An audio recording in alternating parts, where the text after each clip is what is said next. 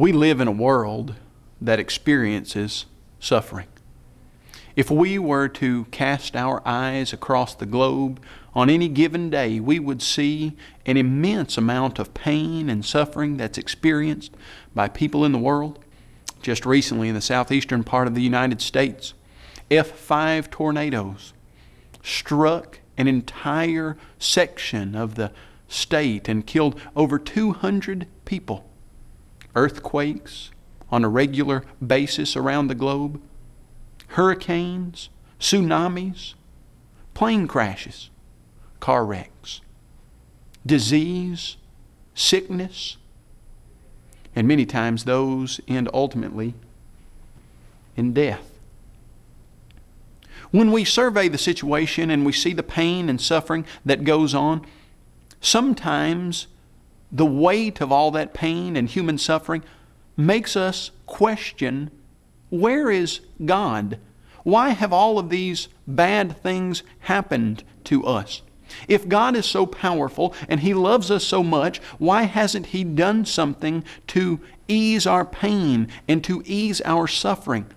If He loves us, why doesn't He stop the suffering? You know, the skeptic has used that argument to attempt to militate against the idea that God even exists. They have said that if a God really did exist who loves us and who has the power to stop this pain and suffering, then He would do that. They've been unsuccessful. They can't use that argument to show that God doesn't exist. But that doesn't change the fact that we experience pain and suffering in our lives. And we do wonder why God allows this to happen. Why does God allow a child to be diagnosed with terminal cancer? Why does God allow a young mother to be tragically taken from her family? Gideon in the Bible had a very similar question in his mind. He was assured that God was with him, and he said, if God is with us, then why have all of these bad things happened to us? And that's a great question. Why have all of these bad things happened to us? We're going to explore that question. We're going to answer some of that aspect of the problem of pain and suffering. And what we're going to do is give some reasons why an all-loving God who is all-powerful could allow the suffering and pain that we see in our lives. And we'll see that not only does suffering and pain not militate against God, but we will be able to see God's presence in the pain and the suffering. When we start to look at the question of why God allows the suffering and the pain that He does, we need to go to the Bible for the answer. You say, well, why would we go to the Bible for the answer? There's a very good reason for that. You go to the Bible for the answer because that's where we learn that there is even a problem. And what I mean by problem, when we discuss the problem of evil, pain, and suffering, we're asking why a loving God who's all-powerful would allow suffering and pain. Well, where did we get the idea that God is a loving God? We got that from the Bible. Numerous passages tell us that, but in 1 John chapter 4, verse 8, we read that God is love. Well, where did we get the idea that God is all-powerful?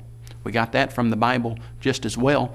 In several passages we read that God is all-powerful, that He's omnipotent, that He can do anything that He desires to do that would take power to do.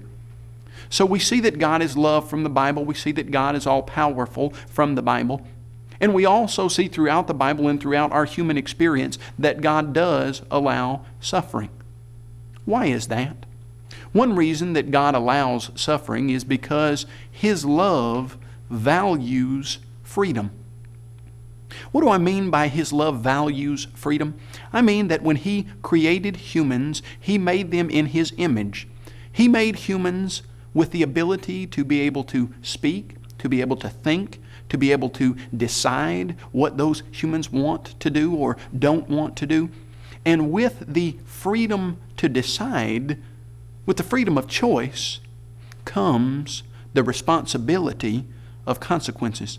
You see, God has the power to create a group of beings that couldn't decide for themselves, robotic creatures that would always do exactly what He wanted them to do, creatures that wouldn't have the freedom to choose. But if He gives His creatures, humans, the freedom to choose, because He loves them, then that freedom has to come with consequences. One of the main reasons that people suffer is because we have the freedom to choose, and we suffer because of our own consequences. Can you imagine a world where all of the consequences were the same? Imagine a world where a person went and worked hard all day to earn money to live, and another person stole to live, and every consequence was the exact same to the person who worked hard or to the person who stole.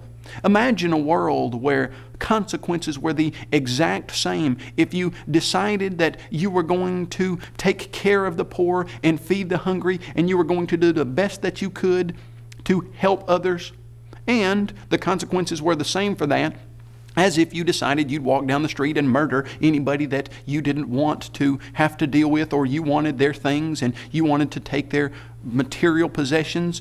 What if the consequences were all the same? Could we ever learn from a world like that? No, we certainly couldn't. In fact, in the very beginning, when God put Adam and Eve in the Garden of Paradise, He designed that garden for them to be able to live forever. He never wanted them to have to experience suffering and pain and death. But He allowed them to freely choose to disobey Him. And when they freely chose to disobey Him, those consequences of their free choice hit their lives very heavily. Do you know that sometimes what occurs in our lives, the suffering and the pain, it's because our own poor decisions. But there are other reasons for the suffering and pain that goes on in the world today.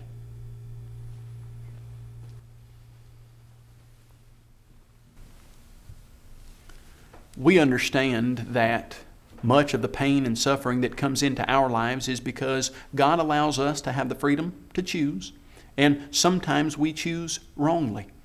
Think about a person who decides that they're going to drink alcohol. They take in more alcohol than their body can handle. They are past the level of intoxicated. They get behind the wheel of a car.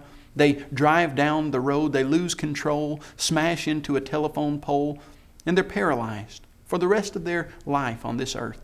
Whose fault is that? Can you blame God for wrong decisions that a person makes that cause pain and suffering in his or her life?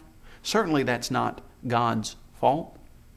But you and I both know that some pain and suffering that comes into our lives is not because we made wrong decisions.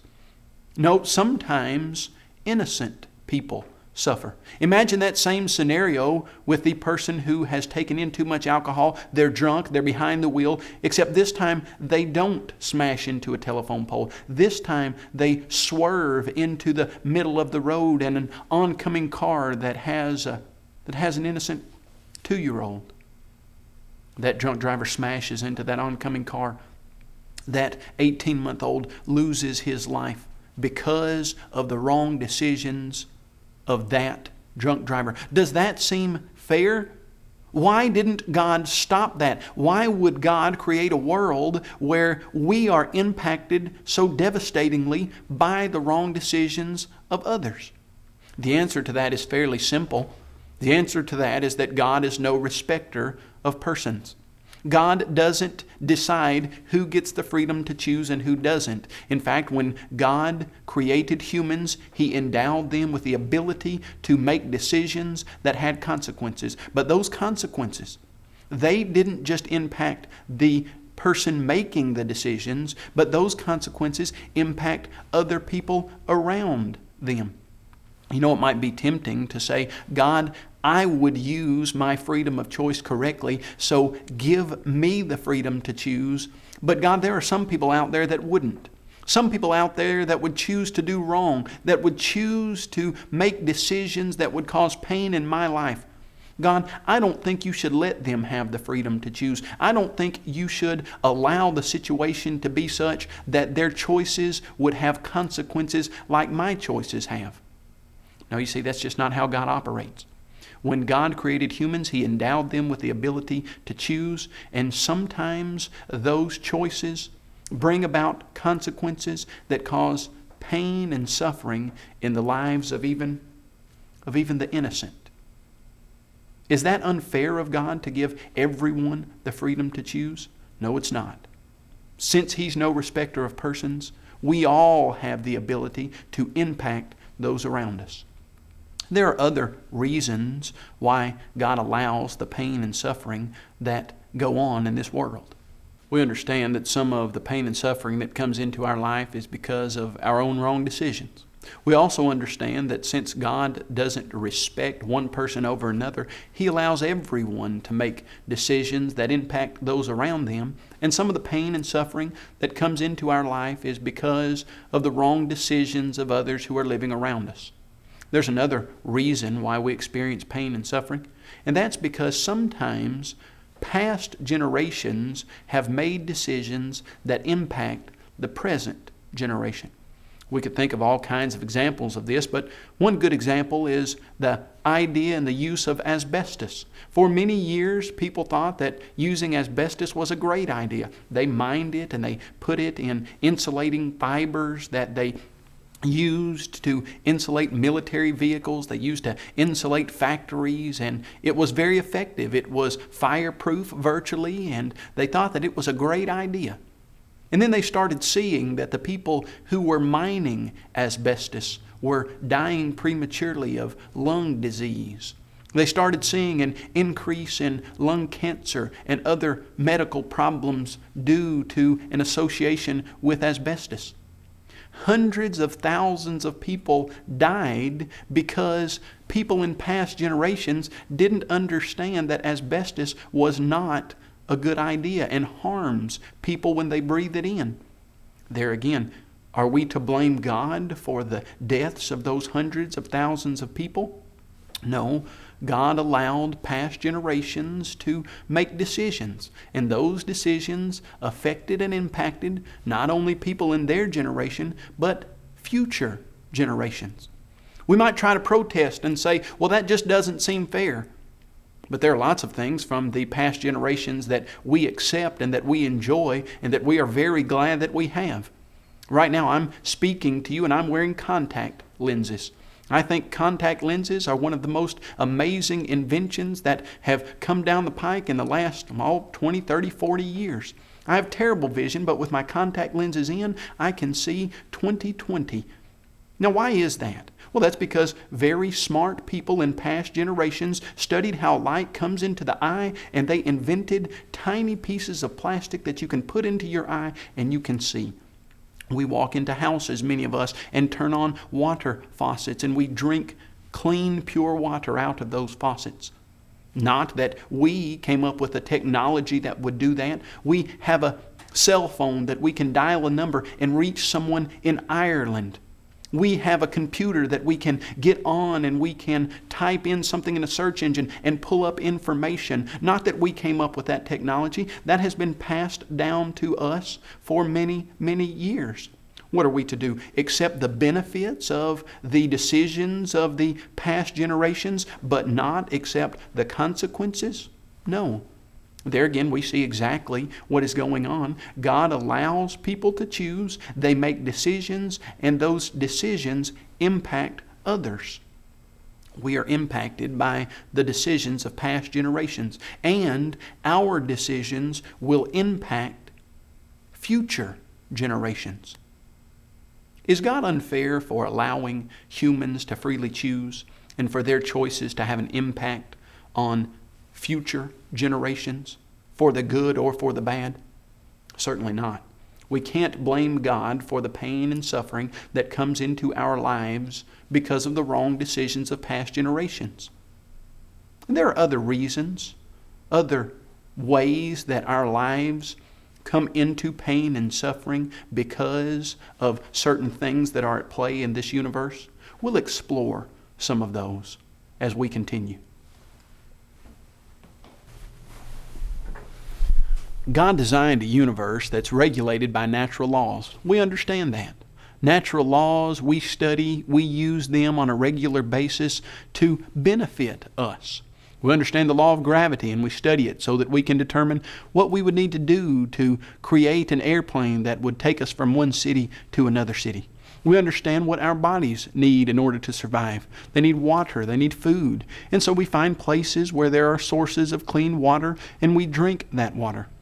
But the same chemical properties of water that allow us to live can cause us pain and suffering. The same chemical properties of water that allow us to live, that water can drown us. The same properties of gravity that we use to study to our benefit, if we find ourselves in the wrong position, falling from a building, those laws of gravity and other physical laws cause pain and suffering in our lives. That's how God designed the world. Can you imagine a world where there were not physical laws that you could study and understand and know how they operated? Imagine a world where the physical laws did not stay the same. Sometimes the skeptic says, why didn't God design a place where physical laws don't cause us pain and suffering? If we were to ask that question, we would have to then ask, what would a world be like where you didn't have regular physical laws that always acted in the same way? Suppose in the middle of a baseball game, the pitcher was throwing the baseball and it was going to hit the batter. And so God adjusted that physical law of gravity so that that ball did not strike the batter. Suppose that a plane was going to be falling from the sky and was going to crash, and so God adjusted the law of gravity. Can you imagine a world like that? That would be a world of chaos. That wouldn't be a world that we would understand to be regulated by an intelligent God and designer. In fact, a world like that would speak more for atheism than it would for a world that's created by a loving designer. Natural laws are at play that cause pain and suffering in our lives. When we think of things like tornadoes, earthquakes, hurricanes, tsunamis, those are caused because of the natural laws that are at play. But sometimes we look at those natural laws and we ignore them. Sometimes a person will understand that if they put their house or if they build a city in a certain place, there is a high probability that there's going to be an earthquake. And yet they will still build their house or that city by that particular location. And when an earthquake occurs and causes death or pain and suffering in that particular instance, what are we to do? Are we to blame God for creating a world that has natural laws that we can study and that we can know how things will react to other things? Is it God's fault that He created a world that natural laws will bring about sometimes pain and suffering in our lives? Especially if we decide to ignore certain things that we could avoid? No, you can't blame God for that. When we look at the universe, we understand that there are natural laws at play. And those natural laws can be used to our great benefit. But sometimes, because of the way that those natural laws are set up, they bring about pain and suffering in our lives. What are we to do? What we're to do in those cases is to understand that God loves us, to understand that God created these natural laws, and to, as much as possible, be aware of how they operate so that we can use them to our benefit. Those are some of the reasons for pain and suffering: our own wrong decisions, the wrong decisions of others, the wrong decisions of previous generations, and the natural laws that are at play. But we've been looking at this idea of pain and suffering, asking ourselves why God allows it to happen. We've looked at some of those reasons, but maybe there's something else we should consider. Maybe we should consider and understand that sometimes there are great benefits to suffering. Let's explore some of those benefits. You say, how can suffering, how can pain be beneficial? Let's just analyze that question on a physical level for just a moment. Is it the case that sometimes a physical pain can cause us to look for a cure to something? Is it the case that sometimes physical suffering can show us that there is a greater problem that needs to be taken care of? Certainly. That happens all the time. In fact, I'm thinking about one of my friend's father who was in a board meeting, and in that meeting he started having some problems with his chest. He started feeling an ache and a pain, and he didn't think much about it. He thought it might have been indigestion, so he excused himself from the meeting. One of his friends thankfully saw what was going on and followed him out of that meeting. My friend's father started to sweat. He started to have severe chest pain. His friend quickly loaded him into a car, drove him to the hospital. At the hospital, they said that he had just a few minutes to live. He had a heart attack. A heart attack in a certain artery that was called the widow maker. That if he had not gone to the hospital and had not received treatment for that heart attack, he would have died within minutes. What sent him to the hospital? The physical pain that he was experiencing alerted him to the fact that there was something that was even more important going on. Is it the case that on a fairly regular basis, physical pain can tell us that something needs to be checked out? That there is something greater at play that needs to be considered? Certainly, it happens all the time. Thinking of a young man who had severe pain in his side. He didn't know what it was. He didn't know why he was hurting, but that pain continued. So he went to the hospital, and at the hospital, they informed him that his appendix was about to rupture. If he hadn't had that pain, he wouldn't have gone to the hospital. If his appendix had ruptured, there's a good chance he would have died. Why did he go to the hospital? Well, he went because of the pain that he was experiencing. Is it true that pain in this life can have physical benefits and help us see something that's going on that is even greater than that pain, that needs attention and that alerts us to a severe danger? Yes. Not only can pain and suffering on a physical level have benefits and cause us to look for greater dangers, but pain and suffering can have benefits on a spiritual, emotional, psychological level. In fact, when we see a person going through severe trials and struggles, often that is where the real character of a person is built. The metal of a person's character is forged in the fire of trials. After all, where it only is sunshine, it's always a desert. Many times in the storms of life. That's where we really see what we're made of. That's where we really form our character. James in the Bible told us that this would be the case. In James chapter 1, verses 1 through 3, he said, "My brethren, count it all joy when you go through various trials, knowing that the testing of your faith produces endurance." The writer of Hebrews said that Jesus Christ, though he were a son, yet he learned obedience by the things which he suffered. The psalmist writer in Psalm 119 said, "Before I was afflicted, I went astray, but now I seek your will."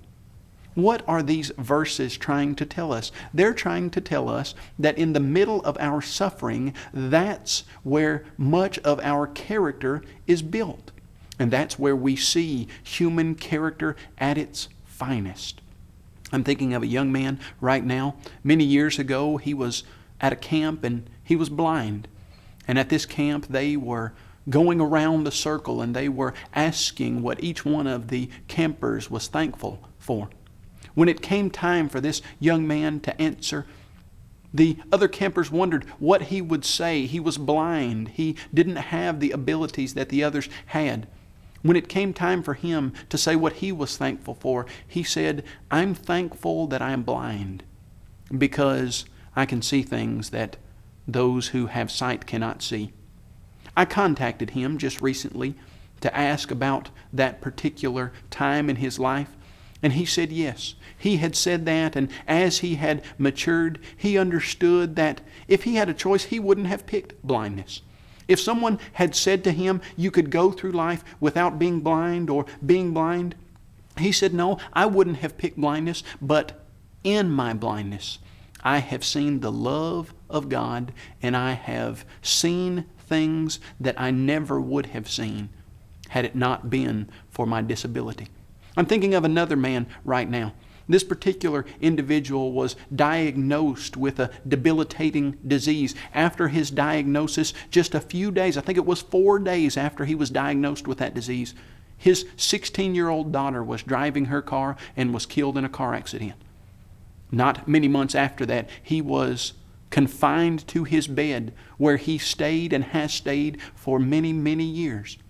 But throughout the struggles and trials that he has been through, they have forged his character to such a degree and caused things in his life that he would never trade for all the money in the world, for all the comfort in the world.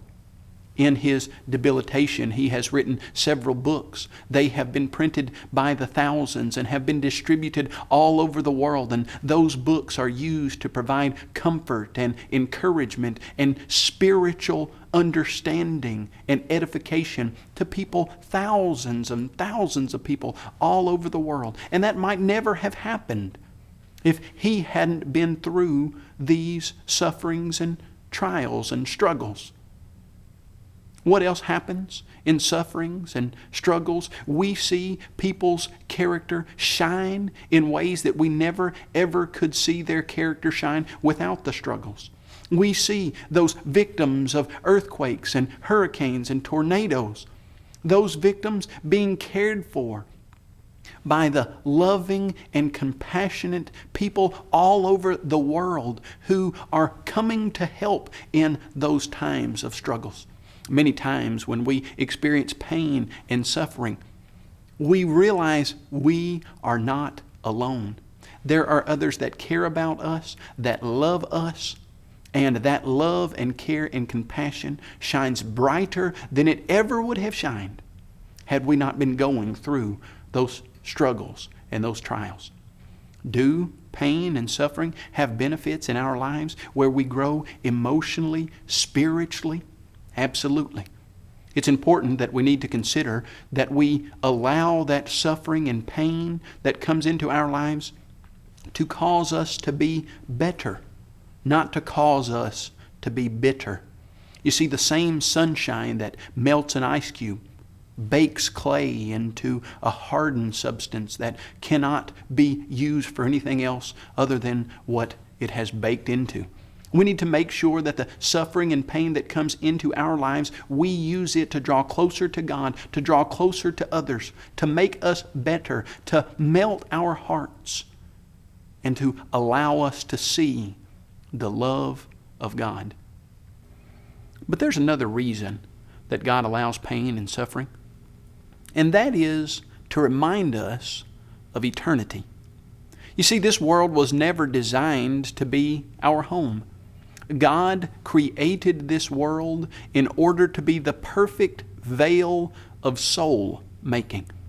God's purpose in this life for us is not for us to be comfortable 24 hours a day, 7 days a week. It's not for us to feel all of the physical comforts and avoid all of the pain. God's purpose for us in this life is for us to understand that He's our Creator, and that the only thing that can truly set us free is the truth. And when we understand that there is a Creator and we build a relationship with Him, then anything that helps us to draw closer to Him, well, that's something that can be used to remind us of eternity. This world is not our home. We are just passing through.